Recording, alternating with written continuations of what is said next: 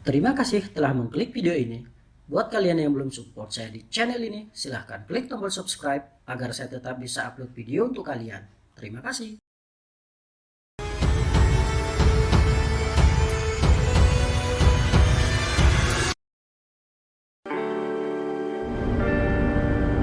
Jika semua palkah kapal river sudah penuh terisi ikan dan juga sudah mendapatkan izin berlayar, maka dengan segera akan menuju pelabuhan bongkar. Beberapa negara yang rutin mendapat pasokan ikan dari kapal-kapal river yang muat di Samudra Pasifik yaitu Thailand, Filipina, Vietnam, China, Taiwan, Jepang, Korea, dan kadang juga Indonesia. Setelah pelayaran panjang selama 14 hari dari Puna Putih, akhirnya kapal tiba di Bangkok dan muatannya siap dibongkar.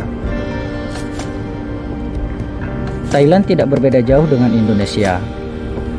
Karena penduduknya masih berkegiatan sangat sering di luar rumah, akhirnya perkembangan virus corona pun masih tinggi. Ini membuat kapten menjadi sangat tegas agar kegiatan bongkar muatan selama di pelabuhan harus betul-betul sesuai protokol kesehatan. Dari saat stevedore naik ke kapal harus cuci tangan, hingga harus tetap bermasker selama bongkar ikan di atas kapal. Tak jarang, stevedore tersebut juga mendapatkan teguran keras secara langsung dari kapten jika lupa menggunakan masker. Tak hanya stevedore, semua kru kapal pun juga turut menjalankan protokol kesehatan. Di semua kegiatan harus bermasker dan juga menjaga jarak dari para stevedore. Karena bisa jadi, di antara stevedore tersebut ada yang terjangkit corona namun berstatus OTG. Assalamualaikum warahmatullahi wabarakatuh. Hello guys. Jadi sekarang kapal saya sudah sandar di Pelabuhan Bangkok, tepatnya di dermaga nomor 27A. Perkiraan bongkar muatan di sini sekitar 2 mingguan guys. Jadi Bangkok ini adalah pelabuhan yang paling sering disandari oleh kapal-kapal river. Jadi kita nggak heran lagi jika sebagian besar pelaut river sudah pernah mengunjungi Bangkok. Selain bongkar muatan, rencana kapal juga akan bunker dan suplai makanan di sini guys. Pelabuhan Bangkok tidak seperti pelabuhan pada umumnya yang berada di laut. Namun pelabuhan ini berada di dalam sungai di tengah-tengah kota Bangkok. Untuk sandar di sini, kapal berlayar dari muara menyusuri sungai dan dipandu oleh pilot selama 3-4 jam. Selama menyusuri sungai, kita akan berpapasan dengan banyak kapal dan juga akan melewati banyak pelabuhan. Karena sepanjang pinggir sungai ini adalah pelabuhan dengan jenis yang berbeda-beda. Ada pelabuhan kontainer, pelabuhan tanker, hingga pangkalan Angkatan Laut Thailand. Untuk kapal river sendiri biasanya sandar di pelabuhan paling hulu. Ini karena letak pelabuhan dengan pabrik pengolahan yang dekat, sehingga mempermudah proses pengangkutan. Proses bongkar muatan biasanya dimulai jam 8 pagi. Jam 7, semua stevedore tiba di pelabuhan dan melakukan persiapan sebelum masuk ke dalam palkah. Stevedore ini sebagian besar bukanlah warga setempat, melainkan pekerja migran dari negara tetangga seperti Kamboja, Laos, dan Myanmar. Umur mereka pun bervariasi dari belasan hingga di atas 50 tahunan. Dan tak ada pembatasan gender untuk bisa menjadi stevedore bongkar ikan ini. Selama kuat dan bisa kerja, cowok maupun cewek boleh menjadi stevedore. Oh iya guys, karena penyebaran virus corona di sini masih sangat tinggi, jadi semua kru harus menerapkan protokol kesehatan. Misalnya bermasker seperti saya sekarang ini guys. Para stevedore juga seperti itu.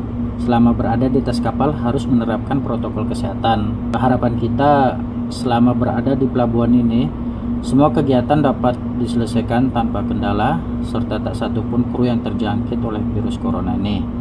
Karena jika satu kru telah terjangkit, maka kita khawatirkan akan menyebar ke kru lainnya.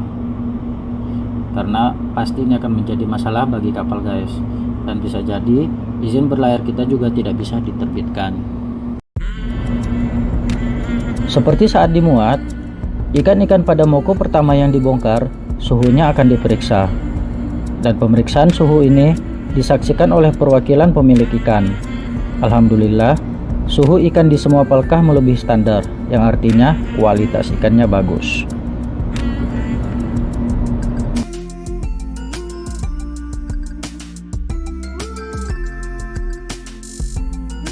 Ikan-ikan yang dibongkar dari kapal akan langsung dimuat ke truk yang kemudian diangkut ke pabrik untuk diolah menjadi ikan kalengan siap saji. Dan ada juga yang diolah untuk jadi pakan hewan peliharaan seperti kucing dan anjing.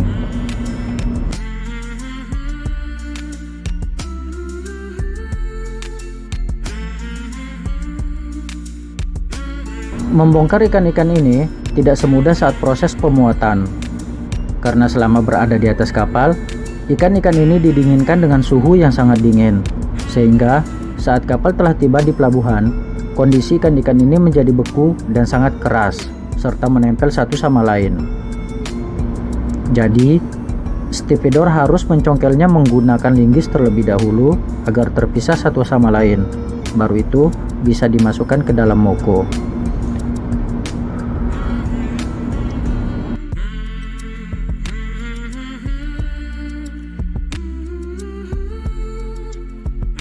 Dan karena ada ukuran ikan yang kecil-kecil, kadang kondisinya rusak berkeping-keping karena hantaman linggis.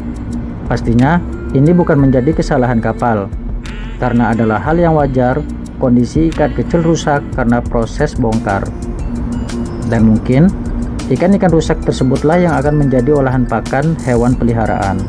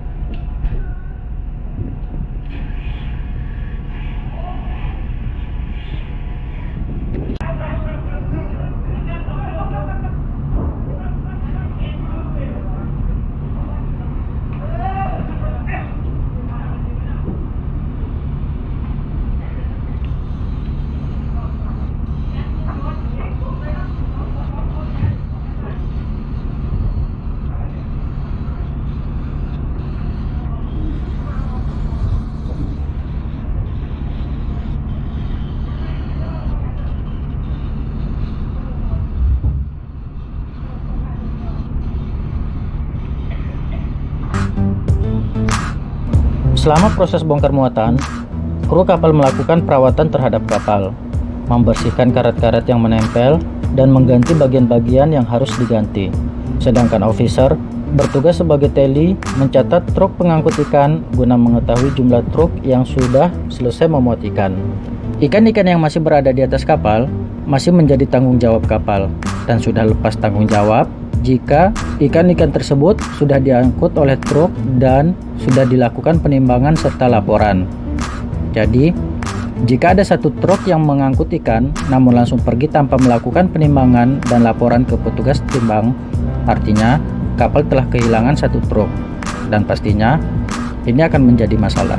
Makanya, setiap truk yang sedang memuat harus dicatat nomornya dan jam saat proses pengangkutan.